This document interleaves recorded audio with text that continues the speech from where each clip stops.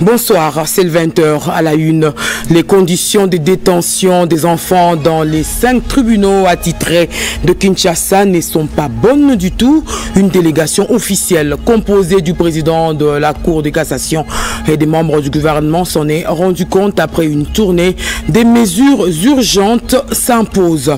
Et plusieurs manifestations à Kinshasa en marge du 21 septembre. La communauté internationale commémore la journée de la paix, entendez absence de guerre, une journée instaurée par les Nations Unies depuis 2002 à ne pas confondre avec la journée mondiale de la paix qui est elle une journée de prière instaurée par le pape. Et pour terminer, cette journée internationale de la paix justement nous conduit droit à l'est du pays où une vingtaine d'ex-combattants burundais viennent de déposer les armes. Nous sommes au sud Kivu à Uvira et c'est une première. Voilà pour l'essentiel. Madame, Messieurs, nous attirons l'attention de tous sur cet élément concernant les conditions carcérales des enfants détenus dans les 5 tribunaux attitrés Kinshasa qui laissent à désirer. Lors d'une tournée, le premier président de la Cour de cassation, le ministre des Droits humains et le délégué de celui de la justice ont fait ce constat déplorable. Marie Renzeba. Le premier président de la Cour de cassation, le professeur Ndomba Kabeya Eli Léon, a effectué ce jeudi 19 septembre 2024 une visite de travail dans 5 tribunaux pour enfants de la ville-province Kinshasa, accompagné de la ministre des Droits humains, de délégué du ministre d'État, ministre de la Justice et de 2 premiers présidents de cours d'appel de Gombe et de Matete. L'objectif poursuivi était de palper du doigt les conditions des enfants en conflit avec la loi en cette période où le transfert au pavillon pour enfants du centre pénitentiaire et de réinsertion de Kinshasa est suspendu suite aux événements survenus. Les constats est amer en ce qui y est de conditions carcérales de ces mineurs. Ils sont déjà en conflit avec la loi. Mais quand on les arrête devant la justice, on les met en contact avec des délinquants avérés dans le cachot, là, sans distinction de sexe. Les hommes, les femmes, les adultes, les enfants, ce mixage-là, c'est ce que ça peut produire et le milieu est indécent. Ce sont les juges pour enfants qui se débrouillent pour trouver de quoi nourrir ces enfants.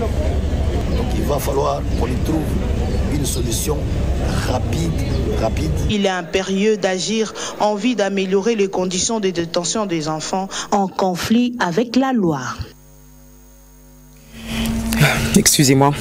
Et en bonne place également dans ce journal, cet atelier de formation des magistrats et avocats sur l'accès à la justice et le droit à la réparation des victimes et violences sexuelles liées aux conflits armés et victimes des crimes contre l'humanité. Une initiative du FONAREV qui travaille dans ces secteurs. Cet atelier vise l'amélioration des connaissances des magistrats militaires, civils et des avocats en termes d'accompagnement judiciaire des victimes des violences sexuelles liées aux conflits et autres crimes contre la guerre et la sécurité de l'humanité, mais aussi d'éclairer ces acteurs judiciaires sur les missions et les mandats du FONAREV. Pendant 3 jours, les participants vont devoir partager les expériences en la matière en vue de déboucher sur des recommandations pertinentes, a fait savoir le coordonnateur provincial du FONAREV, magistrat Xavier Maki.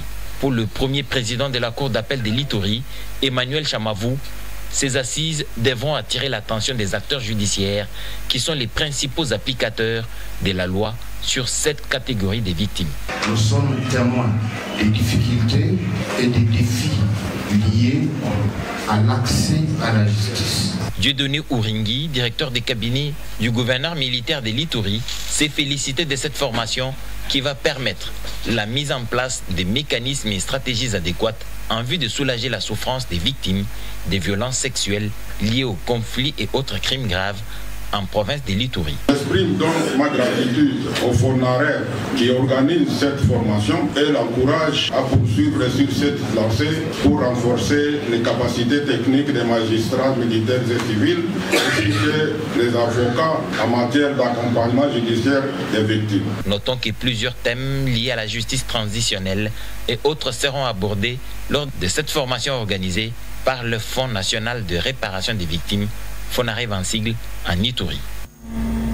Et voilà qui tombe bien ce 21 septembre, la journée internationale de la paix. Une vingtaine d'ex-combattants burundais ont déposé les armes à Uvira au Sud Kivu. C'est une première, une opération supervisée par le PDDRCS. Ce programme qui travaille entre autres pour la réinsertion d'anciens rebelles dans la société. Peggy Mukunda.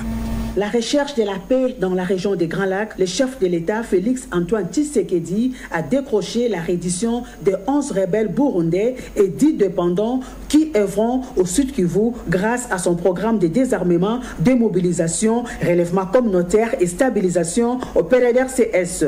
Les rebelles burundais se rendent depuis la création du PDDRCS. Ce résultat tombe moins de 2 mois après la nomination du coordonnateur ad intérim du PDDRCS, M. William Kapuku Boaboa, à la tête de ces programmes. Les rebelles burundais viennent d'être convaincus par la politique du PDDRCS et ont volontairement déposé les armes. Ces derniers veulent reprendre le cours normal de leur vie comme tous les autres civils via le processus régional du groupe des contacts de la coordination et le bureau de l'envoyé spécial des Nations Unies pour la région des Grands Lacs basé à Nairobi. Ces 11 combattants burundais et 10 dépendants se sont rendus du 6 au 18 septembre au siège du PDDRCS à Uvira dans la province du Sud Kivu où sur place un grand camp de transit est désormais opérationnel grâce à l'appui des partenaires du gouvernement congolais et de l'Organisation des Nations Unies. Après un séjour dans ces camps de transit du PDDRCS à Uvira, ces combattants seront transférés dans leur pays d'origine pour leur réinsertion et réintégration communautaire. Signalons que ces opérations ont eu lieu au cours d'une mission de vérification composée de 2 assistants principaux du PDDRCS national, de 2 coordonnateurs du PDDRCS du Sud Kivu, les membres du mécanisme national de suivi et d'autres services de sécurité. La journée internationale de la paix, c'est le moment idéal pour Nadine Longo, présidente de l'association qui porte son nom, de lancer un centre qui permettra aux femmes déplacées de guerre de se prendre en charge, notamment en fabriquant elles-mêmes savon, bandes hygiéniques et autres. Nadine Futuka. En ces jours de la journée internationale de paix, il existe de milliers de femmes victimes directes et indirectes de la guerre. Elles ont perdu leur mari et tous leurs biens. Elles vivent dans des conditions sanitaires déplorables. Devant cette précarité de la vie, la présidente de la fondation Nadine Longo Baometu a profité de l'occasion pour venir en aide à ces femmes. Ma maman a vu que la guerre, on a cultivé la feuille d'haricot. Alors, pour nous, ils allaient comme... Auparavant, nos mamans utilisaient le feuille d'haricot comme bande hygiénique pour se protéger pendant la période de règles. Voilà pourquoi, pendant cette formation appropriée, nous avons conçu ces genres de serviettes hygiéniques, faciles à laver et à sécher sous le soleil.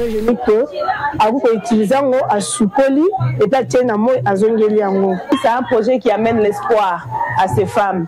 L'objectif, c'est des milliers de bidons qui peuvent aller redistribuer. S'ils nous prennent 10 000 cartons, c'est ça ce qu'on veut. Alors, on veut seulement avoir beaucoup à terme de noms pour montrer, pour qu'à la fin, ils puissent venir racheter eux-mêmes. Et comme ça, l'autonomisation des femmes va être réelle. C'est ça ce qu'on a pensé. Beaucoup de femmes sont des veuves, telles que vous le voyez là-bas, et la plupart ont plus de 6 enfants, sans revenus. Et donc l'espoir que ces projets sont en train de leur donner, en tout cas, Nzambi Pambola. La stratégie de Nadine Longo Baometu a consisté en la création d'un centre de formation professionnelle, d'un atelier de coupe et couture pour la production de bandes hygiéniques pour les femmes, une savonnerie ainsi qu'une pâtisserie dans l'enceinte du camp de déplacés pour renforcer l'assistance à ces femmes victimes des guerres. Cette journée internationale de la paix est une institution de l'ONU, je l'avais dit, et à Kinshasa, la ministre des Affaires sociales a lancé un message de paix. L'occasion, c'était ce déjeuner de fraternité organisé par les confessions religieuses. Edith Chala. Depuis 1999, le monde célèbre chaque 21 septembre la journée internationale de la paix. En 2024, le thème retenu est promouvoir la culture de la paix. La ministre des Affaires sociales, l'Action humanitaire et Solidarité nationale, Nathalie Aziza Mounana, a au cours du déjeuner de fraternité organisé à l'occasion par les chefs des confessions religieuses vanté les vertus de la paix sans laquelle rien de durable n'est construit. Les leaders religieux présents à cette rencontre ont échangé sur le sens de l'unité et le devoir pour chacun d'y contribuer. Dieu veut que si tu as la gloire, que cela contribue à l'unité et non à la division. C'est l'unité de peuple, l'unité des organisations qui peut amener la délivrance de la nation. Ceci me pousse à inciter chacun de nous à prier pour le leadership incarné par le président de la République démocratique du Congo. J'ai cité son Excellence Félix Antoine Tshisekedi Tshilombo. Cet homme, vous le savez, il a dédié la République démocratique du Congo entre les mains du Seigneur. Donc il mérite le soutien des pasteurs que nous sommes. Ambassadeur universel et grand chancelier de la paix depuis 11 ans, Aziza Mounana mesure mieux l'importance de la paix et la gravité de son manque. Son engagement social est aussi un autre pan de la recherche de la paix. Et on change de chapitre. Un diplôme d'honneur pour le tribunal de commerce de Lubumbashi. Il a été remis au magistrat Cyprien Bizaou pour de loyaux services rendus à la nation. Un reportage de la RTNC Lubumbashi. L'Union africaine pour la promotion du travail, par sa structure congolaise, Congo Panorama, vient de créer un nouvel ambassadeur du travail. C'est ainsi qu'après minutieuse enquête fouillée et anonyme, le haut magistrat président du tribunal de commerce de Lubumbashi, Cyprien Bizaou Mondo, vient d'être primé pour le travail qu'il abat à cette juridiction spécialisée d'affaires depuis qu'il la dirige. Une nouvelle salle d'audience est inaugurée. Les magistrats ont désormais les bureaux dignes. Les juges consulaires viennent d'être réhabilités après une période avancée de léthargie. Les agents et cadres de l'ordre judiciaire affectés à cette juridiction ont repris le sourire. Le représentant de l'Union africaine pour la promotion du travail et secrétaire général de Congo Panorama, M. Lumbu Muhia, a expliqué le sens et la quintessence de la manifestation du jour. Vaut mieux honorer les vivants au lieu de se précipiter avec les bouquets de fleurs, rivalisant les prix quand quelqu'un est dans une caisse de mort. C'est pourquoi Congo Panorama crée cette différence. Il a invité les responsables d'autres structures judiciaires, économiques, scolaires, académiques, du monde des affaires à imiter le président Cyprien Bizaou Mondo, nouvel ambassadeur du travail, reconnu et nominé par l'Union africaine pour la promotion du travail. Après est intervenu le mot du président ambassadeur du travail, le nominé Bizaou Mondo, qui a révélé que tout concourt au bien de ceux qui aiment Dieu en travaillant pour les autres et la communauté. C'est la série des témoignages qui a clôturé la manifestation. Et on prend également la 4e session de la conférence budgétaire de l'Office national du tourisme qui a abouti à l'élaboration d'un outil majeur de gestion de l'ONT, des assises présidées par Jolie Yombo, directrice générale de l'Office. Jojo Ndibou, reportage. Pendant 5 jours, les conférenciers de Kinshasa et ceux de province ont participé à la conférence budgétaire de l'Office national du tourisme ONT qui en est à sa 4e édition, présidée par le directeur général de l'ONT, Madame Jolie Yombo Mukendi, qui est revenue sur les recommandations issues de ces assises à sa clôture. Vous conviendrez avec nous qu'une collaboration soutenue est absolument nécessaire et nous restons convaincus que ce cadre d'échange vous a permis à produire un travail de qualité que nous attendons tous. C'est ainsi que la direction générale de l'ONT, se référant aux orientations du conseil d'administration, coulées dans le programme d'action quinquennale 2024-2028, a jugé utile d'organiser cette conférence sous ce format inclusif dans le souci de réduire les écarts existants et persistants entre nos prévisions et nos réalisations. Au regard de la qualité de vos interventions et l'engagement de tous, nous sommes persuadés que les stratégies montées par vous aideront notre établissement public d'aller encore de l'avant. Nous terminons notre allocution en réitérant à tous nos sincères remerciements pour votre participation active à cette conférence. Le souhait des conférenciers pour l'année 2025 est que les directions régionales, provinciales, agences et antennes deviennent semi-autonomes. Les entrepreneurs congolais membres de la Chambre de commerce, d'industrie et de services étaient face aux partenaires belges des secteurs cosmétiques et de nettoyage pour un échange d'expériences. Un reportage de Sandra Nyangi. Le développement de la République démocratique du Congo passera indubitablement par l'éclosion effective du secteur des PME et PMI. Consciente de cet état de choses, la Chambre du commerce, d'industrie et de services que dirige Jean-Robert Issifoua offre sans cesse l'opportunité aux entrepreneurs congolais d'échanger avec le monde des affaires d'autres pays. Cette énième rencontre d'affaires était un véritable rendez-vous du donner et du recevoir. Les hommes d'affaires belges, par le truchement de Coralie Boulez et Guérassi, deux CEO des grandes firmes belges, étaient en face des futurs partenaires congolais. On voit des gens très courageux et qui ont envie de bien faire et qui ont envie de progresser et d'avancer. Et je pense que tout ça, ça fait partie de la durabilité. Quand on parle durabilité de produits écologiques, biologiques, etc., il faut que ça aille dans le temps aussi, que ça dure longtemps. C'est pas juste un moment précis. Et il faut qu'on continue, c'est la persévérance qui fait. Il faut qu'on continue à faire ça. C'est ce qui m'anime. Présent aux côtés de la Chambre du commerce, d'industrie et de services depuis 2 ans, l'ambassadeur du Maroc en RDC a demandé aux entrepreneurs congolais d'être déterminés et de rester persévérants. Satisfait de la tenue de cette journée d'échange, le président de la CCIS, Jean-Robert Issifoua, s'exprime. La Belgique, c'est aussi un grand pays. Il y a beaucoup d'opérateurs économiques. Je suis en contact avec cette dame industrielle qui a ses usines en Belgique et qui manifeste sa volonté de venir investir, s'installer dans notre pays, non pas pour travailler seul, mais en collaboration avec les locaux. Plusieurs produits de l'agroalimentation, en passant par les produits de nettoyage, cosmétiques et autres, ont été exposés, visités et dégustés avec un grand régal.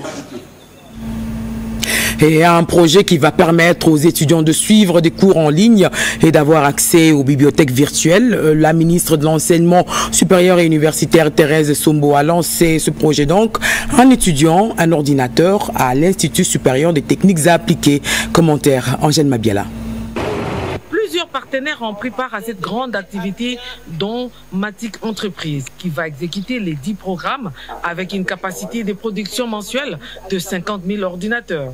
C'est pour une première fois que je suis convaincu d'une mise en œuvre de révolutions dans le secteur de l'enseignement supérieur universitaire, a laissé entendre la représentante de la FESTBank. Dans son allocution, la ministre de l'Enseignement supérieur universitaire, professeure Marie-Thérèse Sombo, est revenue sur le mobile de ce projet.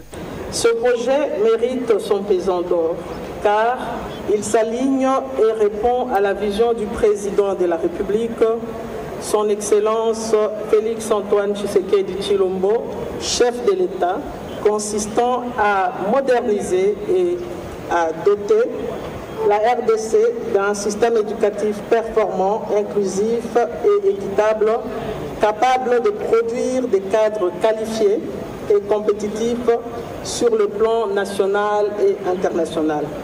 Il n'est point besoin de rappeler que l'utilisation de l'outil informatique est un atout très important pour l'amélioration de l'apprentissage et l'acquisition des connaissances en cette ère de la mondialisation où les éléments et applications numériques occupent une place de choix dans les domaines des sciences et du développement.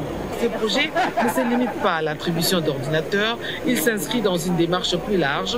Une usine de montage d'ordinateurs sera installée ici, à Kinshasa, créant ainsi de nombreuses opportunités d'emploi et de formation pour la jeunesse congolaise, a ajouté la patronne de l'ESU. Cette activité a connu la participation de la ministre d'État en charge de l'éducation nationale et celui du tourisme qui ont accompagné Marie-Thérèse Sombo avec la remise de quelques ordinateurs aux étudiants qui ont déjà acheté leurs ordinateurs made in DRC. Et retenez aussi que le personnel de la DGRAD sont mieux informés sur les mutations au sein de l'entreprise. Réforme basée sur le décret 022/53. C'est le sens même de cet atelier de formation. Cédric Kenina. Ceux-ci sont des formateurs des formateurs. appelé à promouvoir les décrets 022/53 qui dotent la DGRAD de nouvelles structures standards et l'oxygène pour une mobilisation optimale des recettes non fiscales à travers une marge de manœuvre beaucoup plus grande. Félix Kankou Mulumba, directeur général adjoint de cette régie financière en charge des réformes et questions techniques, en fait l'économie. C'est un instrument important pour la DGRAD. Tout le monde doit maintenant savoir que la DGRAD est en train de mettre en place de nouveaux élans, des dispositions nouvelles pour améliorer son fonctionnement et davantage améliorer les recettes de l'État. Parce que nous sommes appelés à améliorer les recettes de l'État, donc une maximisation accrue qui doit davantage mobiliser les fonds pour permettre au gouvernement de financer les dépenses publiques. Donc il faut une amélioration au niveau des cadres et agents de la DGRAD. Après cette formation sur ces décrets, viendra ensuite la vulgarisation de celui-ci auprès de l'ensemble du personnel par des cadres et agents formés en amont. Il veut mettre un terme à la spoliation des infrastructures sportives. C'est le but de cette visite d'inspection effectuée par le ministre des Sports dans ces installations dépendant de ce ministère. Reportage. Journée marathon pour le ministre des Sports et Loisirs, Maître Didier Boudimbo. Il a tout d'abord conduit Tony Parker, l'ancien star française de la NBA et ancien capitaine de l'équipe de France de basketball, au complexe Omnisport Stade des Martyrs de la Pentecôte de Kinshasa pour lui faire visiter fièrement les infrastructures sportives construites par le gouvernement congolais à l'occasion des Jeux de la francophonie qui profitent aujourd'hui aux athlètes congolais. Porteur d'un projet d'accompagnement et de promotion des sports en RDC, Tony Parker en a parlé la veille avec le président de la République, Félix-Antoine Tshisekedi Tshilombo. Au gymnase jumelle, l'ancien basketteur français a rencontré le Léopard Basket sur fauteuil. Arrivé au mythique Stade Tata Raphaël, Tony Parker, un vrai sportif de haut niveau, s'est émerveillé de se retrouver dans le mythique temple qui avait abrité le célèbre combat du siècle entre Mohamed Ali et Georges Foreman. Une fois séparé de son hôte, le ministre Didier Boudimbo s'est rendu à Dima, dans la commune de Kinshasa, pour visiter la parcelle de l'État qui abrite le siège des différentes fédérations sportives. Ici, le constat est très amer. Les sièges de fédérations sportives se sont transformés en maisons de location. Plutôt que de trouver les administrations des fédérations, les patrons des sports congolais y ont trouvé des familles entières qui vivent tranquillement et payent même leur loyer selon leurs propres témoignages. Didier Boudimbo a aussitôt promis de saisir son collègue de la justice pour que l'ordre soit très vite établi et que les personnes qui ont logé des familles dans les bureaux soient traduites en justice. La dernière étape de sa ronde des jours a conduit Didier Boudimbo sur l'avenue de l'enseignement dans une autre parcelle du ministère des Sports et Loisirs qui accueillait jadis les sièges de la Fédération congolaise de football. Le constat est déplorable. Cette parcelle qui tente d'espolier certaines personnes mal intentionnées abrite même un garage de fortune et des personnes visiblement surprises par cette visite du ministre des Sports. Côté Trifon Kinké Mulumba, président du conseil d'administration de la régie des voies aériennes, salue les avancées significatives des travaux de modernisation de l'aéroport de Murongo à Bunia à Nitori. Il poursuit ainsi ses visites d'inspection des installations aéroportuaires du pays. Anita Luambwa, Chikobi Pendou. Inspecter l'évolution des travaux d'élargissement de l'aéroport Murongo de Bunia, voilà la mission principale du président du conseil d'administration de la régie des voies aériennes. Trifon Kinké Mulumba arrive pour la toute première fois en Ituri, une province qui est dans une phase de reconstruction. Le président du conseil d'administration de la RVA salue les avancées des travaux qu'effectue l'entreprise Mongabaon SRL. Je suis extrêmement impressionné par ce qui est en train d'être fait ici à Bunia. J'ai visité nombre d'aéroports, de plateformes aéroportuaires, je sens que l'avenir, quelque part à l'est, se conçoit ici. Il vient de visiter l'aéroport, il a vu comment est-ce que nous sommes en train de travailler avec Mongabaon. L'aéroport Murongo de Bunia, autrefois national, aura très bientôt un standard international, ce qui va permettre de porter haut la province de l'Ituri. Trifon Kinkemulumba encourage les entreprises à investir en Ituri, ce qui permettra aux jeunes de trouver de l'emploi et de contribuer au rétablissement de la paix. Pour rappel, le président du conseil d'administration de la RVA est en tête d'une forte délégation des cadres de la direction générale de la régie des voies aériennes en tournée à l'intérieur du pays. Et un autre membre du gouvernement, c'est le ministre d'État de l'Agriculture qui est élu en séjour de travail à Inongo dans le Maïndombe. Il a visité un projet agro-industriel sur place, une initiative du député national Aimé Pascal Mongo. Commentaire d'Ada Chabani.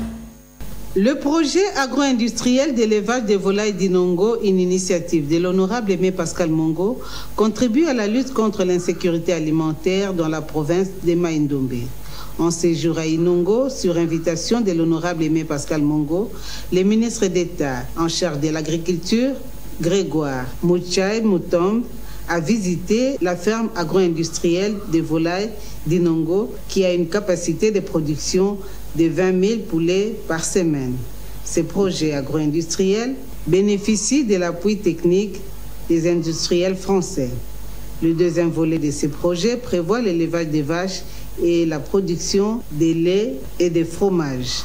Après la visite, le ministre d'État en charge de l'agriculture s'est dit très satisfait. D'abord, la population d'Inongo, le projet va donner des emplois. Après des emplois, ils seront bénéficiaires du projet de l'autre façon, c'est-à-dire qu'ils vont consommer tout ce que le projet va produire. En plus de ça, ils seront formés. Ils peuvent répliquer tout ce que le projet fera, peuvent répliquer dans leurs propres parcelles. Par la suite, la délégation s'est rendue au stade Maurice Polo où l'honorable Aimé Pascal Mongo a présenté à la population les ministres d'État en charge de l'agriculture et a explicité ce projet qui va contribuer à la réduction de la pauvreté et du chômage d'un coût global de 60 millions de dollars. Et puis le réseau des jeunes parlementaires a un nouveau comité dirigeant avec à sa tête le député national Roger Bimouana. La questeur adjointe de l'Assemblée nationale a présenté et installé les membres de cette structure. Eric Kabamba. Une photo de famille qui restera gravée en gras dans l'histoire du réseau des jeunes parlementaires de cette 4e législature.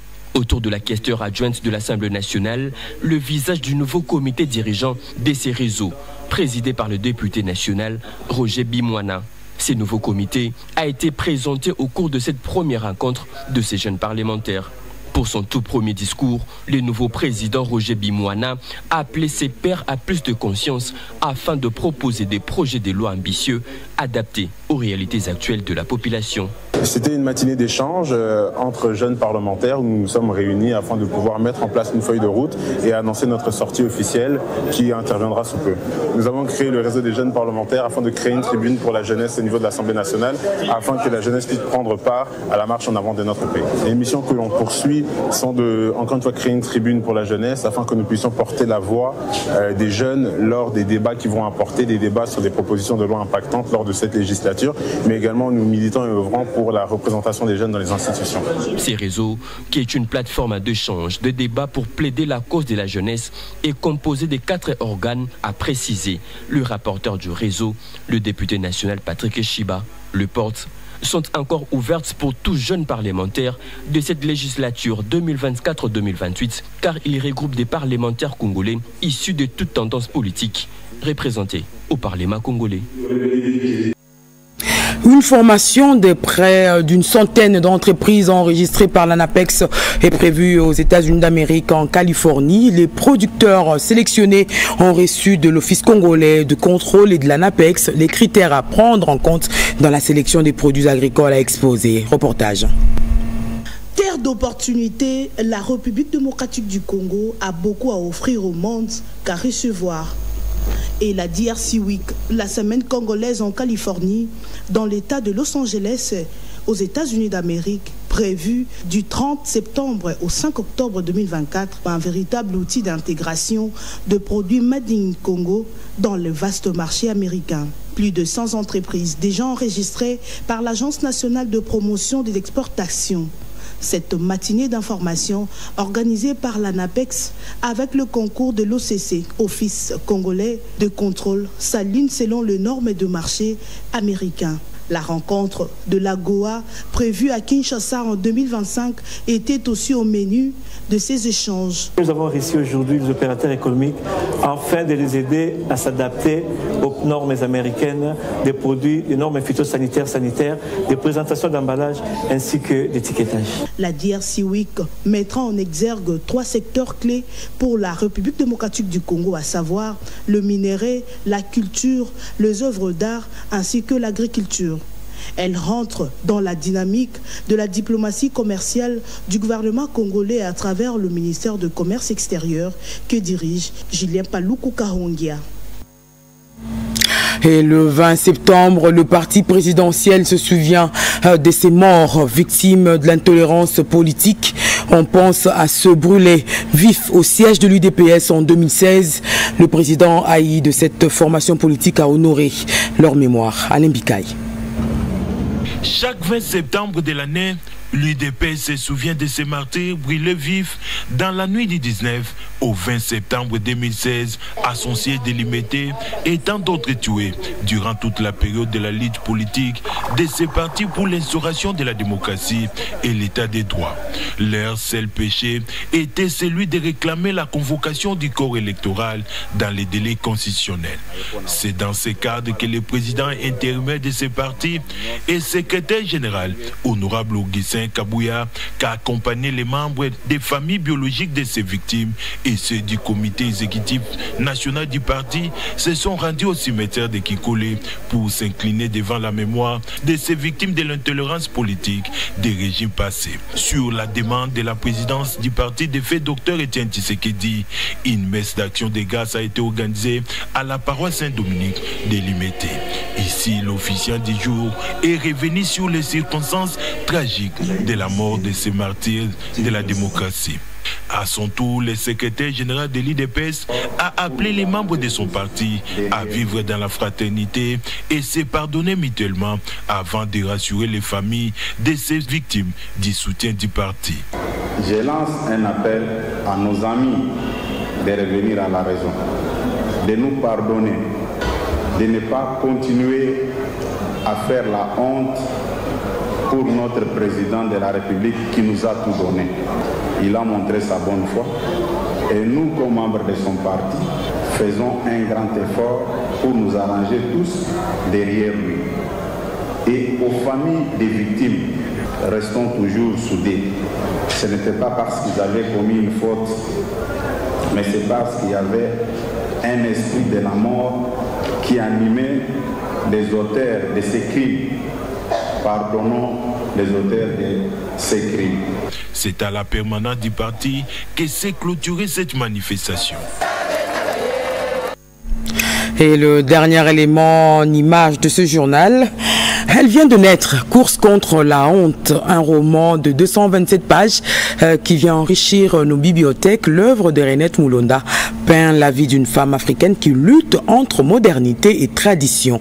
Nana Nawej. Au cœur d'une réflexion profonde de l'observation directe de la société africaine, naît la passion de l'écriture. Course contre la honte, un roman de l'écrivaine Renette Moulonda Takasonga qui a été porté sur le fonds baptismaux vendredi 20 septembre 2024 à Kinshasa. Paru aux éditions Média, il nous entraîne dans une aventure palpitante qui remet en question de nombreuses idées sur la réussite féminine. Course contre la honte, c'est parce que les humains oublient parfois qu'à chaque fois qu'ils courent vers la réussite, ils ne savent pas, ou peut-être on ne leur a pas suffisamment dit, ils courent aussi contre la honte parce qu'ils ont peur d'échouer. Renette Moulonda Takasonga, médecin, énarque de la promotion Liaou, a été nominé au prix littéraire Zamenga pour son œuvre La Nouvelle Fioti. Ces romans abordent plusieurs thèmes, entre autres amour, ambition, sorcellerie et trahison. Cet ouvrage est une première parution non seulement de l'auteur, mais aussi de la maison d'édition Média et une exclusivité féminine déjà disponible sur Amazon. Et nous avons deux communiqués nécrologiques avant de nous séparer. Madame Pauline Toakamania, son épouse, ses enfants, ses beaux-enfants, ses petits-enfants, ses arrière-petits-enfants et l'ensemble de la famille à l'Institut facultaire des sciences de l'information et de la communication IFASIC, la communauté kassaïenne de Demba, ont la profonde tristesse de vous faire part du décès inopiné de monsieur Jean Bosco Mamba Wangindu, professeur émérite, décès survenu le vendredi 13 septembre 2024 à Kinshasa, en entendant la diffusion du programme définitif de ces obsèques qui vous sera communiqué ultérieurement. Le deuil se tient à la résidence de l'illustre disparu, 6 avenue Nseka numéro 8, référence Wango, dans la commune de Ngaliema, quartier Upen Télécom. Voilà, deuxième communiqué nécrologique. La famille de l'honorable Floribert Luboto, PCA de la RTNC, à la profonde douleur de vous annoncer le décès de leur fils et frère Jean-Gaston Luboto, aux morts survenus à Kinshasa ce 20 septembre 2024. Le programme se présente comme suit. Mercredi 25 septembre 2024, veillée mortuaire dans la salle MK au quartier Banounou, dans la commune des Matete, référence City Train. Jeudi 26 septembre 2024, levée du corps à 9 h, suivi d'un recueillement d'1 heure dans la salle de l'hôpital Saint-Joseph. 11 h, départ pour le cimetière nécropole C'est les Bambous. 15 h 30, bain de consolation dans la salle MK, lieu de la veillée. Ce communiqué tient un lieu de faire part. Et c'est la fin de ce journal. Renette Koulonga l'a rédigé, Patrick Bapouila a été à la réalisation sous la conduite d'Angèle Mabiala. L'édition de 23h vous sera présentée par Bobo Anan Mokondi. Merci de nous avoir suivis et bon week-end à tous.